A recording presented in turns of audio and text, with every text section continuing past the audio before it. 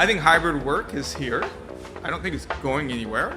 I think those who are going to succeed at it are the managers who are able to not just get the best out of their employee, but can give back to them. Yeah. And that's what I think there's a struggle. There's a tension because there isn't a cookie cutter plan that every company, every industry can follow. Why I get a little bit agitated, because I think we need to educate what AI actually is to everybody. Like any technology, if it's not easy or convenient, it's not going anywhere.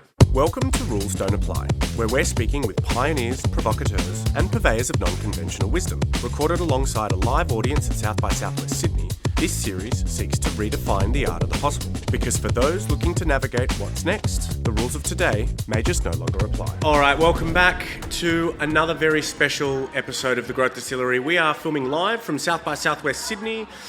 We are breaking the frame with pioneers, provocateurs, and purveyors of non-conventional wisdom. I have the distinct pleasure of being joined by Ryan Patel. By way of introduction, Ryan is a world-renowned futurist and a go-to authority across the globe on business, the political economy, and the future of work. He's a sought-after TV news commentator, a board director, and a senior fellow at the Drucker School of Management. You frequently, Ryan, feature on CNN, BBC, Fox Business, CNBC, Yahoo, and has held keynotes for The Economist and the World Economic Forum. You host The Moment with Ryan Patel, shot in the iconic HP garage, the birthplace of Silicon Valley. In 2015, you received the distinguished title of Executive of the Year from the LA Business Journal. You were among 9 executives featured by Inc. magazine as an innovator catalysing meaningful change in business. And you were also the recipient of the very prestigious NAAAP 100 Award and the US Senate Certificate for Commendation for your contribution to business leadership. It's quite a Rolodex. That makes me feel very uncomfortable right now. Yeah, it's always the best thing is the sort of that initial uncomfort. No, this is not what I wanted. No, well, look, thank you so much for joining us and welcome to South by Southwest. We're delighted to have you.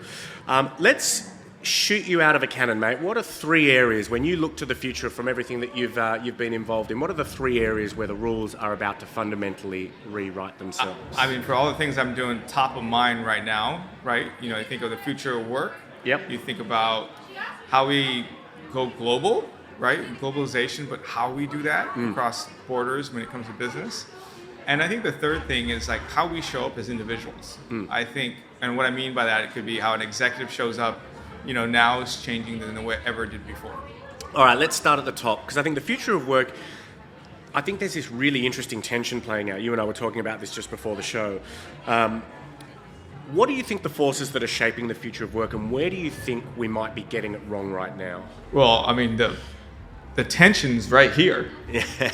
The tension, meaning it's the workers, yep. Right? And the tension, what I mean by that is, are you going full hybrid? What is it, 3 years ago, or when COVID hit, it was many companies were like, we're going to change when everyone's going to work from home. But now you're starting to see it creep back. And now today, I think you see a handful of companies making it mandatory for people to come back. Yeah. And what I mean by that is like, they're checking passes. They're checking when you're coming in at the door to ensure that teams are meeting together. And when I think of the future of work, why it's changing is that you cannot manage a team the way that you did 5 years ago. And so what does that mean? Is that you actually have to put more work into how your office shows up. Yeah. So if you're a hybrid or if you're full-time, how are you making it more valuable for people to come into work and be productive? Not just, hey, I'm forcing you to come back to work. Let's see the magic happen. There's a little bit more than that. Yeah. And that's what I think there's a struggle. There's a tension because there isn't a cookie cutter plan that every company, every industry can follow. And I mean, these are companies that were, on their soapbox saying you'll never come back into the office again, right? That are now going, look, at minimum we want 3. Some of them are now going 5 days. Surely they're seeing data that we're not seeing around drops in productivity, because fundamentally we're opportunists as people, right? No, I think there's a couple things at play, and I would be remiss to say there's an ROI. Let's be very honest. There is an ROI to this. So there's a couple of variables. One, obviously real estate. People have real estate and they need to use office before they said it's okay and downside. I think too, I think I know where you're going to. The point that I also want to make is that how do you really use the talent that you have, right? Really the productivity. Are you getting creative innovations? I think the argument that many have talked about, well, if my teams are not together, they're not brainstorming well. Now that statement works for a lot of different things, and the human aspect cannot be ignored. Yeah. And then, if you go down the path where I've had a lot of conversations in boardrooms about, talking about the younger generation, right? The younger generation doesn't have the same opportunity to be able to be in the office every day and create a rapport. And what does that do to that? And that's a real conversation that takes a two-side conversation behind it. Do you think we risk starving careers from our most junior employees, but also I think, missing a trick in the next generation of future leaders because we just haven't given them enough exposure to, the tapestry that is a company of people? I think I'll just use me as an example. If this happened and I was coming out of college and I was in this environment, I think you kind of talked about it. How would I know what to do? I mean, yeah, I could study, but I'm going to be through the screen. I'm going to be on time, online. And if you told me I don't have to come to the office for two days a week and say your job's going to be fine and you're going to move to where you are, would you believe that? No. I would have. You don't now. You don't now. Yeah. I mean, I don't. Maybe you didn't. You don't now. I don't now either. But we don't know that now. We know that now because we've gone through it. Yeah. That how you do have to show up in some places to make an impact and create a relationship, right? And I think,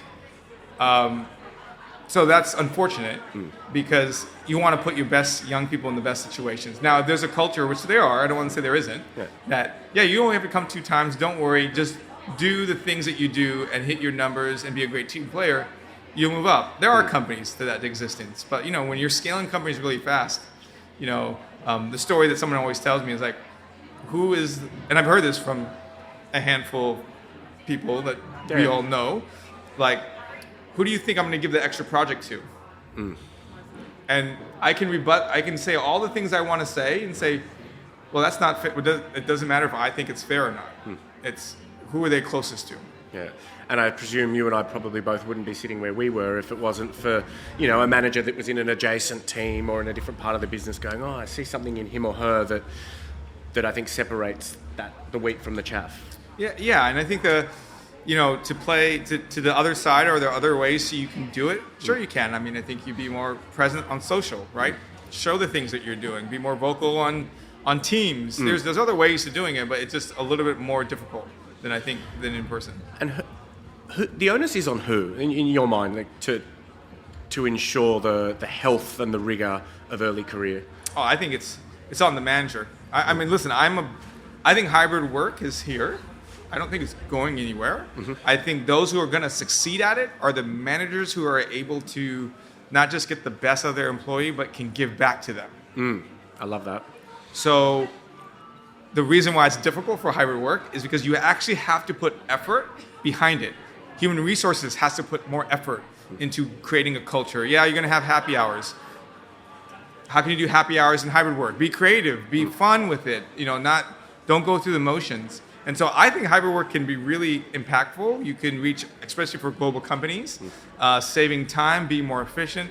If there are companies, which there are, of hey, I want to create more time for your family. You don't have to work all. These are tools. Yeah. These are the resources at your hand, but you have to put work into it to actually build it and be even for the whole company's culture.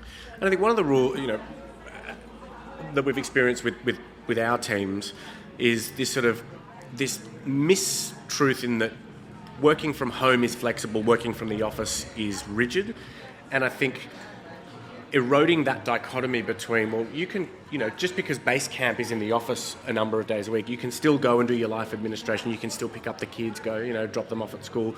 But this mental model of if I'm working from home, I have all of the flexibility in the world, but if I'm in the office, it's 9 to 5 and it's very, very rigid. You talk about breaking the rules. That is breaking the rules, right? Before COVID, we were saying if you took a time off to go do a doctor's appointment, you wouldn't be able to do it. Yeah, put it through Workday.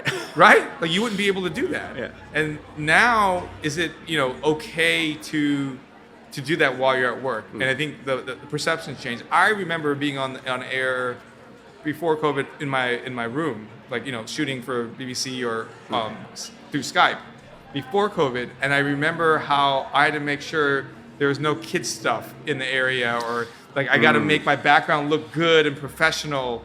And, unfortunately, we live, I'm like, there's a Lego in the background. I don't really care. But now it's okay. Like, I remember telling everyone to keep quiet in the room next door because I didn't want anyone knowing that there were anyone in the next door. Now it's okay. And the reason why I use that example, because why hasn't that changed? Right? So when you do come to work, you are work fully present. It shouldn't be back wasting time and meetings that you don't need to have. But again, this is a conversation I think is back on the leaders, right? Use the time, everyone's time wisely, because then you'll get more of an output. If you look to sort of the skills that are going to set great business leaders up for success over the coming decade, how are they different from the skills that have probably built the last decade's worth of leaders? Skill set from like the leaders, you mean? Yeah. I think, well, it's always there. That doesn't mean everyone does it. But when you think of the word professional development. Yep.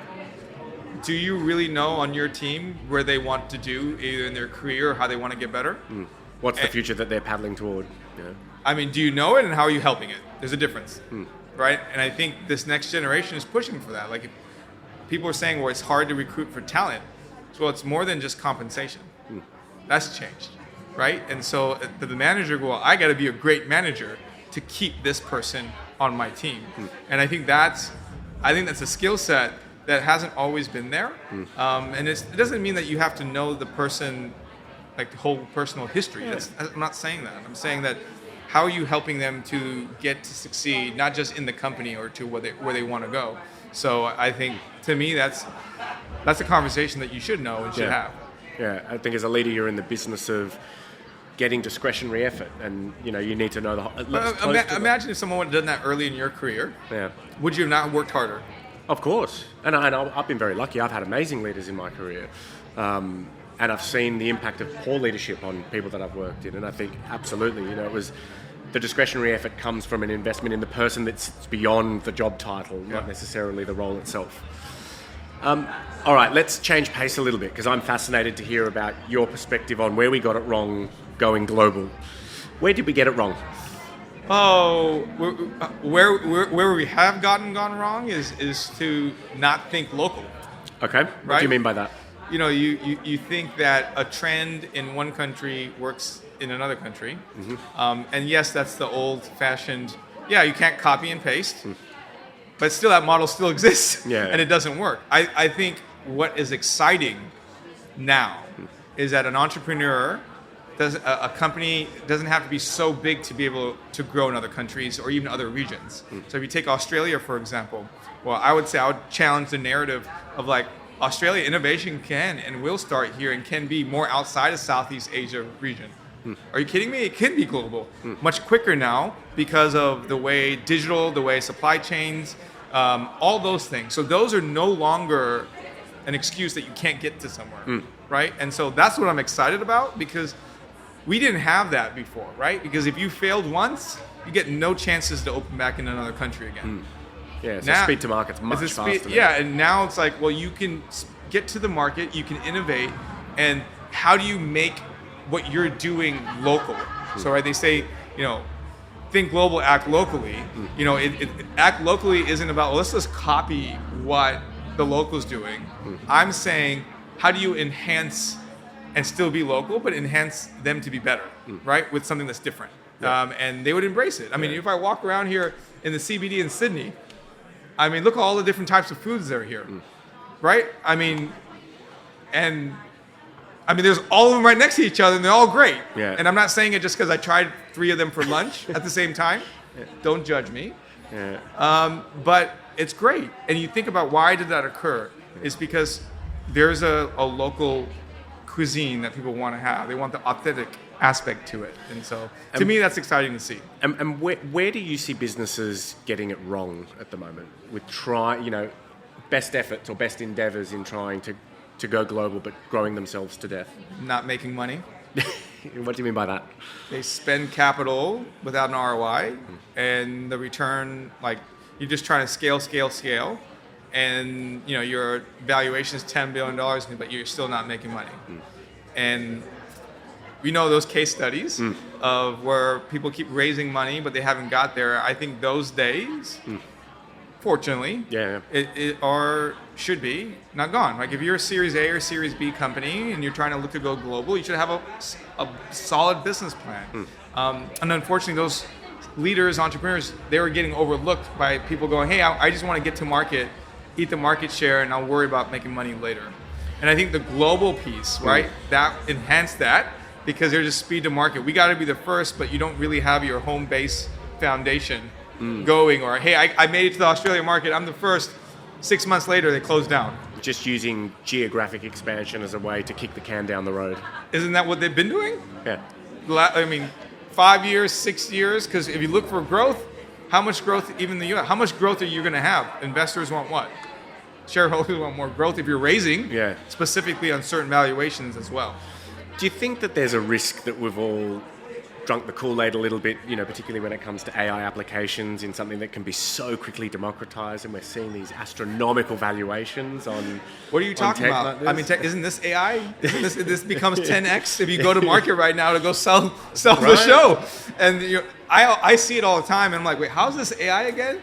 And then it's like, what is the AI application? Oh no, we're just AI audio. We're good to go. And we're falling into that trap of what it is. AI is a tool, right? There's people who build, there's applications that actually do things, and those evaluations for them. How you enhance and use it, there's a separation to it. Why I get a little bit agitated, because I think we need to educate what AI actually is to everybody, because it's how people use it across industries. And so when people say AI applications, they think it's ChatGPT. It's obviously more than that. It's obviously started this conversation of what AI is, which is great, but the way we use it in productivity, AI PCs, reading through your email, like it's a lot more than that. And I think it gets mixed in that question about well, are we tired of hearing it? Yes, but are we getting the right information that you all as a group can say, I know what it is and how can I use it to help me? So what is AI in your mind today, and what is it 10 years from now, and is it different? Oh my goodness. I like this, I like to think about the future, but boy, I have to tell you what the near future looks like, because I think it's super clear AI is a tool. Let me keep it simple for myself, because if I think it as a tool and not go above and that, robots and all these things, I can then deal with what I can deal with, the reality of it. Yes, I know there's a lot more coming, but how do I use what it is today? Like a good example is, AI PC. This time next year, everyone at one point is going to have it on their laptops. So I use the example of fintech. You pay with your phone and your watch, with your hand, with your face, you pay everything. But say you didn't want to do that, and you're like, hey, but now everyone only takes your phone. So did you convert no matter what you did?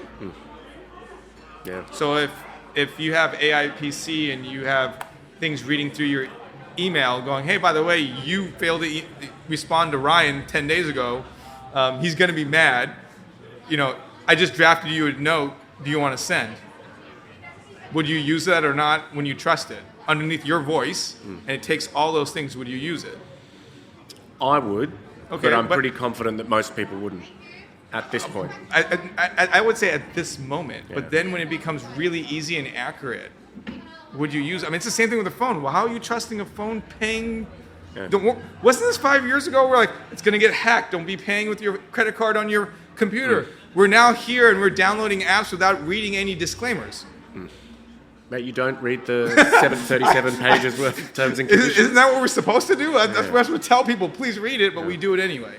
There's a trust to it, and I think I'm interested to see in the short term how people adopt that. Because if it becomes, now, like any technology, if it's not easy or convenient, it's not going anywhere. So that's why I see the future, is that if it makes it really smooth and you get what you want right now.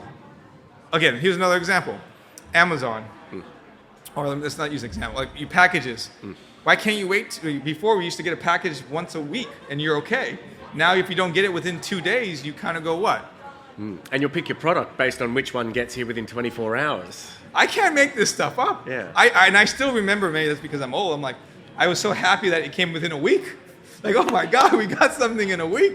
And now I'm like, well, I'll pick this one because it'll be here but tomorrow by 12 p.m. Yeah. And I think, again, technology is an interesting tool when you make people's lives easier or give people a choice or not a choice to use it. Then I look at how is it going to affect the rest of the adoption, right? And I find it amazing, and we're going to be talking about it this afternoon, how much of our choices are now shaped by things that sit beyond the product itself, either by the 1 or the 2 day delivery time frame, either by the technologically enabled journey or lack thereof. Do you think we're far from a world where I can go online to, insert AI-based support structure here and go, I want an itinerary generated for a family of 4 going to the US, I want to go see Ryan Patel, and I want it under this price point, and then it comes up, and then I go, now book it.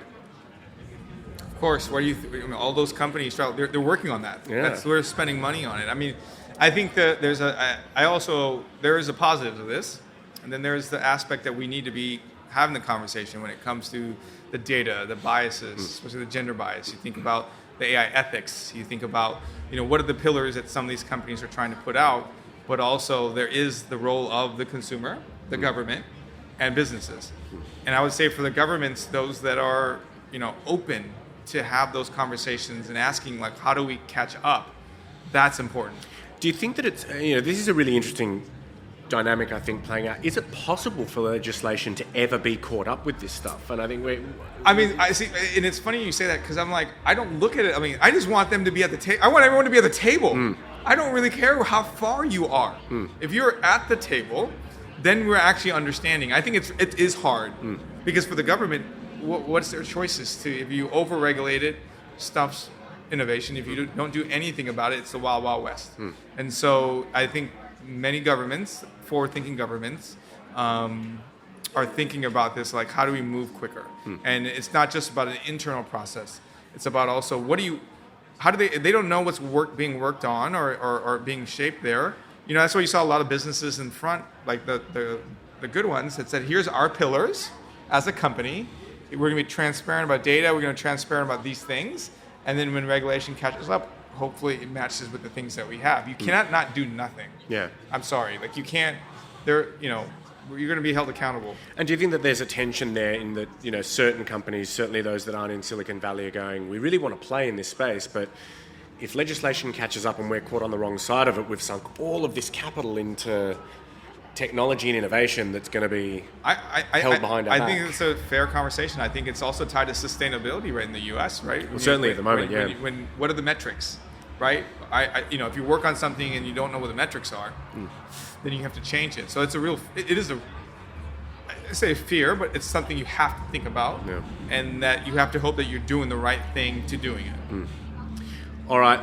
The third territory we spoke to at the beginning was how then you show up as an executive. You've got a perspective on this and how this is changing, how the rules are being rewritten. I mean, I'm not telling anyone else what they should be doing. I can tell you what I see and see for me. And it's interesting because when people say, you should show up on camera the way you show up yourself. So if somebody comes up to me after here, I'm going to spend time and have a conversation. Right? That's, I think, my personality. I can confirm. You and I have been chatting over the last few days. And that should be what it should be, right? Yep. And I think that goes the same way of how you lead your team. Should be the same way that you lead your profile or whatever brand that you want to call. And I have seen executives, which they finally have realized that it is important to be on social and post things that are important to them. But also you have to be very genuine about that. So you can't just post things that are, hey, look at me, I do this thing really great, but then you really don't, like, they end up meeting you and you interview them, they have no idea what they're talking about. Dick.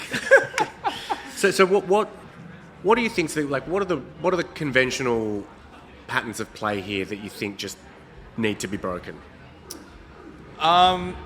In this space, I mean, it's funny. I would say the thing that comes to top of mind. You got to be on LinkedIn.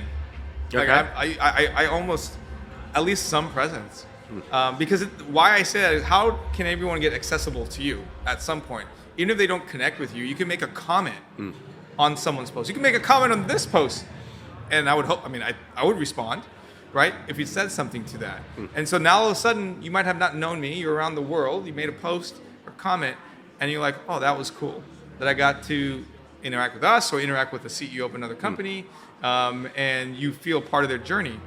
Isn't that what leaders are supposed to do? To bring along their journey. It's not so much about their personal brand. It's about the brand that represents themselves and the teams and the companies. Do you think it's collapsed power distance or built power distance? Ooh. I mean, are we supposed to break this stuff down, right? Are we going, everyone should be, can get to anybody? Isn't that how it's supposed to be? I mean, my personal belief is that there is no power distance, only the moat that you put between Well, I yourself. think, But tell me if I'm wrong, those who've closed that have been more popular.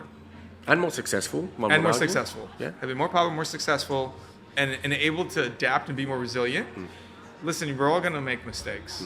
And, you know, when you do make a mistake, can you own it and be able to communicate that? And I think you've seen when you close that distance, people are more understanding. They know who you are versus it just being a number. And so when you're speaking to boards that are comprised of people that probably, you know, built their professional careers in different Yes. executive paradigms, like, what's the guidance that you give them in terms of breaking down those long-held beliefs around, you know, that the GE Jack Welch era of leadership? Well, it's funny because, you know, this is a conversation that some of them have. Like, how do I make sure that I show up in the right place? But they've never done that, even though they've been really successful in their careers. And the reason why, because there's now all different types of stakeholders. And so part of that is to really understand, you know, why are you doing this?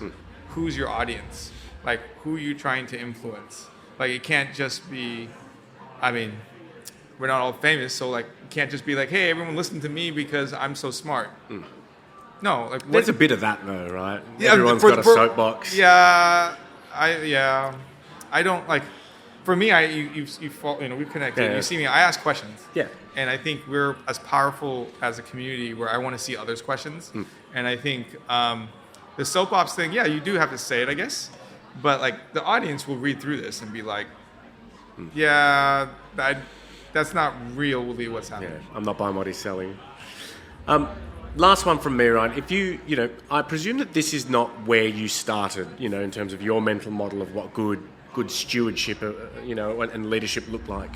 If you could go back to yourself when, you know, and speak to yourself as an early 20-year-old embarking on this journey, knowing what you know now, what would be the advice that you would give yourself? I don't think we have enough time for me to go down the list of the things that I would tell myself.